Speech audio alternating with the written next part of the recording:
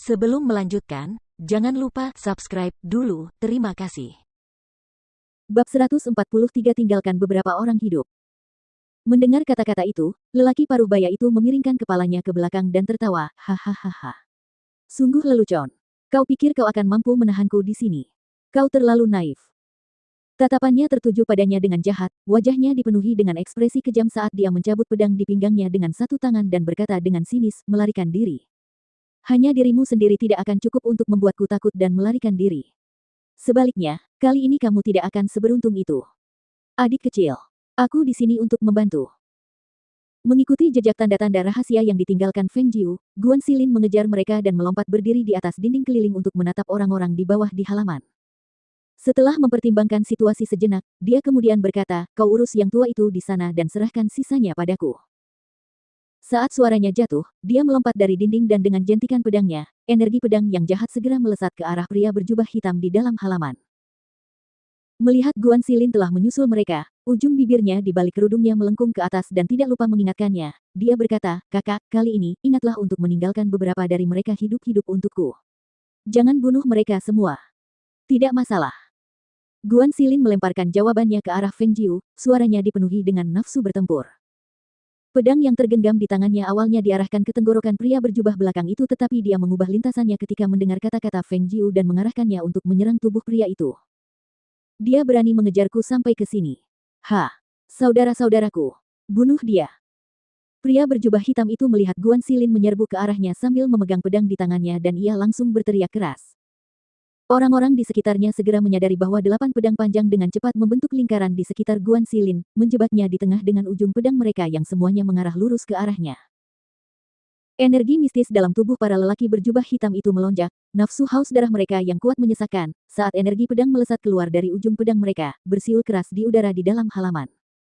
Dengan 8 lawan 1, tidak peduli bagaimana orang melihat peluangnya, pihak pemenang sudah sangat jelas. Oleh karena itu, lelaki paruh baya itu hanya melirik sekilas ke sisi itu dan tidak memperhatikan mereka lebih jauh tetapi malah memfokuskan tatapan jahatnya pada wanita di depannya. Feng Jiu menoleh sebentar ke arah Guan Xilin, tetapi tidak khawatir dia akan dibunuh oleh orang-orang berjubah hitam itu.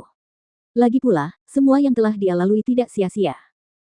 Tatapannya jatuh pada pria paruh baya yang berdiri di hadapannya dan pada saat yang sama, dia mengumpulkan energi mistis di dalam dirinya dan memasukkannya ke dalam belati yang tergenggam di tangannya. Saat berikutnya, tubuhnya menyerang target di depannya dengan ganas dalam sekejap, ujung belati yang tajam di tangannya membentuk bilah energi jahat saat memotong udara dan menghantam pedang lawan. Dentang. Pria paruh baya itu menangkis serangannya dengan pedang di tangannya dan berkata sambil mencibir, menantangku. Kau masih belum cukup kuat.